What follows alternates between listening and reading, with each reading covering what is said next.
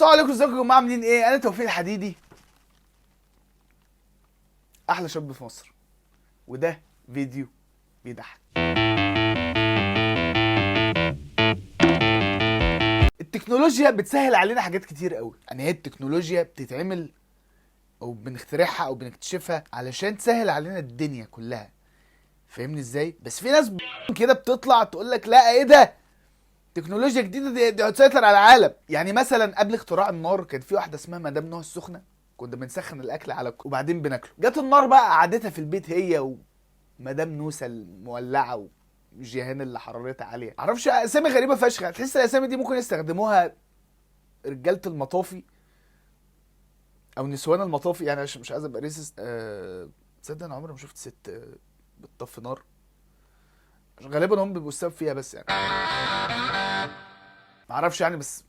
بس حاسس ان مدام نوسه السخنه ومدام نوسه المولعه حاسسها اسامي بيستخدمها رجاله المطافي، وهم بيتفقوا كل واحد هينقذ مين لو منتدى نسوانجي ولع. انت الحق مدام نوسه السخنه، وانت الحق مدام نوسه المولعه. في واحد جوه بيحب يشم الرجلين، سيبه يولع. في ايه مثلا من التكنولوجيا اول ما طلع كانت طفره بنت وسخ. يعني مثلا الرسام زمان كانت شغلانته مهمه فشخ. الناس عشان مجرد بس تأرخ وجودها في التاريخ كانت تروح للرسام، وممكن يفضلوا واقفين دقايق وساعات وايام عشان بس يثبتوا ان احنا يا جماعه والله احنا موجودين اهو انا حقيقي. وهي لوحه واحده بس انت بتترسمها طول حياتك، يعني مفيش اكتر من كده. اقدم لك لوحتك انت وعيلتك جميله قوي، بس ممكن واحد تانية بفلاش، فاهم؟ انت كنت بتفضل واقف كتير فشخ. يعني العيله مثلا كان ممكن يروح منها عيلين عشان مرض غبي مثلا زي الصفرة. الاب ما كانش بيقول يلا يا جماعه تشيز، لا ما كانش بيقول كده، كان بيقول تشي. الناس قبل اختراع الكاميرا كان بيروح ست ستارز بدري 6 ساعات علشان يرسموا هم راكنين فين، رقم البارك. بس بعد كده جه اختراع كسر الدنيا كلها وقعد كل الرسامين في البيت: الكاميرا النيكون. تحسها شتيمه باللبناني، انت نيكون مش عارف. والناس ساعتها بقى اتفاجئت فشخ بقى بالكاميرا النيكون، وفضلوا يقولوا انتوا يا جماعه انتوا اغبياء. الكاميرات دي غلط، الكاميرات دي هتسيطر على العالم وهتقعدنا كلنا في الشطر ايلاند. المشكله اصلا ان زمان الكاميرات كانت بنت وسخه، كانت زباله. والراجل اللي بيصور ده علشان يصور كان مستخبى تحت ملايه. بيفكرني بدكتور الاكس راي اللي بيدوس على زرار الجهاز بتاع الاشعه وبعد كده بيطلع يجري بره الاوضه، غالبا خايف يطلع في الاشعه بالغلط ونعرف ان عنده 3 علامات. وبعد كده جه الذكاء الاصطناعي. الذكاء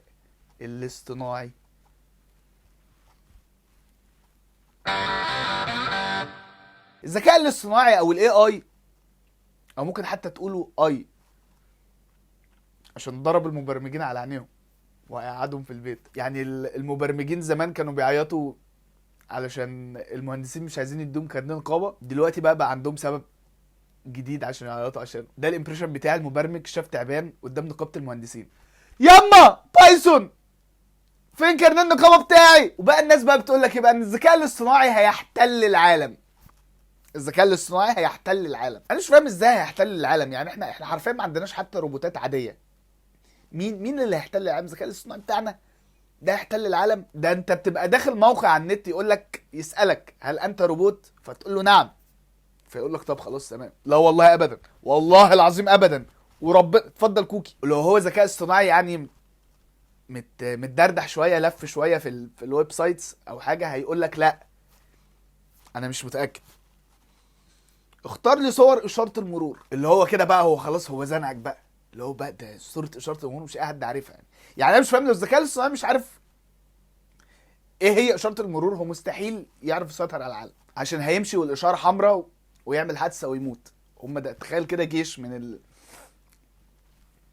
من الاير فرايرز ماشي كده وهو مش عارف ان الاشاره حمراء، ففي تريلا بنت وسخه تيجي تروح شايلهم كلهم. ومين بقى اللي بيسالك كل الاسئله دي؟ مين اللي واقف على موقع مين اللي واقف على الموقع علشان يمنع دخول الذكاء الاصطناعي؟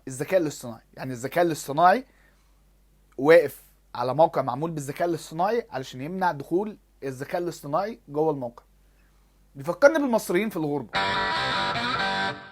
يعني انا شايف مثلا شات جي بي تي مستحيل يسيطر على العالم الا لو كان معمول طبعا باللغه الالمانيه وعنده شنب صغير كده بيقول هيلا. وفي فيلم اسمه هير الفيلم ده بيحكي قصه حب واحد مع سيري. تخيل حد يقع في حب سيري. هو ايه الحوار ده؟ انا مش قايل لك ما تعمليش اكسس على جوجل بعد الساعه 12؟ يعني انت ازاي تقع في حب حاجه معموله بالباينري ده؟ وهو بيسيبها قال لها كده 01 0 1 0 1 1 0 1 1 0 1 1 1 1 0 1 1 1 0 0 1 1 0 1 1 0 1 1 1 1 0 1 1 0 1 1 0 1 0 1 1 0 0 1 0 1 0 1 1 0 1 0 1 1. مش ايه اللي عندي؟ وهو بيديها رقم وقال لها كده اكتبي عندك 01 00 10 0 1 1 0. لما تبعت له نودز بتصور البورده فبيضرب 1 0. تكنولوجي مول بالنسبه له بيت دعاره. لما الكلام يخلص بيسالها بترني ايه. لما بيتجوزوا مبرمج بيكتب كودهم، والشهود بيبقى اير فراير وبوتاجاز حديث. بيعملوا فرحهم في سايبر اللؤلؤه.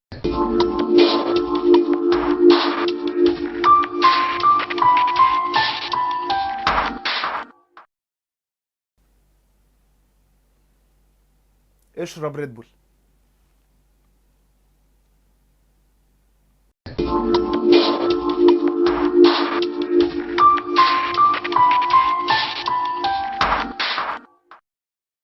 في حاجه بيبقى اسمها البيت الذكي.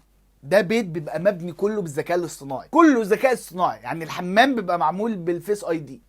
اهلا وسهلا، معلش احنا اسفين بس هو الحمام فيس اي دي فممكن تقوم بس.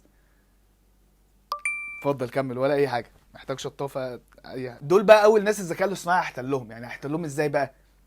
مش هيسخن لهم الاكل، مش هيسوي لهم البطاطس، مش هيفتح لهم السخان قبل ما يجوا. احتلال وحش قوي يعني. ده اسوأ نوع من انواع الاحتلال اللي انا شفته في حياتي بجد يعني. لو والنبي ما تحتلناش والنبي، لا عشان خاطر ما تحتلناش. وخدت بالي ان الروبوتات بتحط فيها بطاريه قلم وبتشحن بالطاقه الشمسيه. تخيل روبوت وهو بيموت بيقول يا جماعه الشمس بتروح مني يا انتاج. او تتخانق معاه بالليل مثلا فيقول لك لو دكر استنى لبكره الصبح. ويجي تاني يوم بقى معاه اصحابه مكنسه من فريش وبوتاجاز ايديال. انت بتتكلم كده ليه؟ انت بتتكلم كده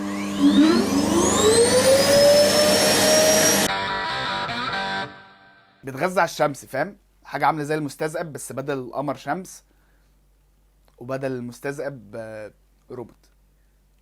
حرفيا ملهاش علاقه. المستذئب ده بيفشخني ضحك عشان ده انتاج واحده زيت مع ديب. عندي واحد صاحبي قال لي ان هو هيموت ويبقى مستذئب، هيموت. قلت له لا يا اسطى، لا يا اسطى انت اكيد ما نفسكش في حاجه زي كده. بصراحه بهزر، قلت له اوه معرفش يعني، بس حاسس ان احنا ما بنعملش حاجه قوي برضو للذكاء الاصطناعي. يعني كلها مثلا اكتب لي مسج للاتش ار قول لها ان انا هستقيل بالانجليزي، او اعمل لي كود لعبه توفيق الحديدي فيها بيجري ورا السايس زي باك مان. مش بنكربجه يعني، ولا بنخليه يلم قطن، ولا بنكهربه من حراماته، فاهم؟ حراماته. لو الذكاء الاصطناعي احتل العالم هيعمل فيلم عن تعبان كبير قوي في الغابه وهيسميه فيلم التعبان الكبير قوي في الغابه، عشان هو غبي بدماغه. ومعرفش يعني مين اللي اخترع الذكاء الاصطناعي، بس اعتقد ان هو كان مبرمج. ولو انت سالت اي مبرمج دلوقتي عن رايه في الاي اي هيقول لك ده ابن 60 كلب بيقعد المبرمجين في البيت حسبي الله يا ابني ما انت اللي عامله. هو فين بوب؟ عامل زي الدكتور كده اللي هو اخترع جهاز رسم القلب وخلى الراجل اللي بيلحن يقعد يقول تيت تيت تيت جنب العيان يقعد في البيت، او يشتغل في شنطه العربيه علشان نعرف هنخبط في الرصيف امتى. وازاي اصلا حاجه ما عندهاش ايد ورجل ولازم يتعمل لها كونكت على النت تسيطر على العالم. يعني اي اي ده لو نازل ديت بيشحن كارت فك عشان يعرف بس يتعامل. يعني ليله الدخله بيشحن من الباقم و60 والنت بقى يقطع في نص اليوم ويكلم خدمه العملاء. يا ابني بقول لك مش شغال. الذكاء الاصطناعي مستحيل يحل محل البشر عشان احنا اللي عاملينه اولا، وثانيا الذكاء الاصطناعي ما عندوش احساس، ما عندوش مشاعر، ما يعرفش يرسم رسمه تخليك تحس بحاجه، ما يعرفش يعمل اغنيه زي مروان بابلو تخليك تحس انك جامد، ما يعرفش يعمل فيلم زي يوسف شاهين يخليك ما تبقاش فاهم حاجه. بصراحه بكذب يعني، فيلم حدوته مصريه ده 100% ذكاء اصطناعي. بس هو يعني بجد هو الذكاء الاصطناعي بجد مستحيل يسيطر على العالم بجد. وما تقلقش ومش هياخد شغلانتك. يعني هو الذكاء الاصطناعي لو خد شغلانتك فانت ما كنتش بتعمل حاجه. فشوف حاجه افيد، يعني شوف حاجه افيد تعملها، اتعلم حرفه. يعني جرب مثلا تتعلم حرفه. يعني انا ما اعتقدش مثلا انا عمري هشوف في حياتي جزار هيبقى ذكاء اصطناعي ويقعد قبل ما يذبح يقول الله اكبر بس بالموس كود وبتاع. بس كده دي كانت نهايه الحلقه، اتمنى تكونوا اتبسطتوا. لو ما اتبسطتش يعني ايه ده، هتضايق قوي بقى. يعني انا هبقى متضايق قوي لو انت ما اتبسطتش. يا لهوي ايه ده، يا خبر ابيض. انا توفيق الحقيقي وده فيديو بيضحك. تجيبك يا باشا، تجيبك اكسر يمين.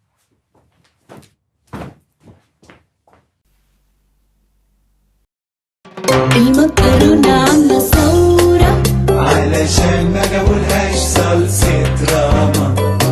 الفرق كبير دي أكيد مؤامرة، والأكل كله هيقلبها دراما.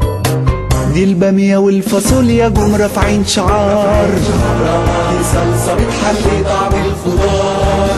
والبيتزا عاملة لها اعتصام والكشري صار، وشكلهم واخدينها جد مش هزار. والمكرونة عاملة ثورة علشان ما جابولهاش صلصة راما. من حق الأكل يغير ويطالب بالتغيير، مع راما الفرق كبير. المكرونة عاملة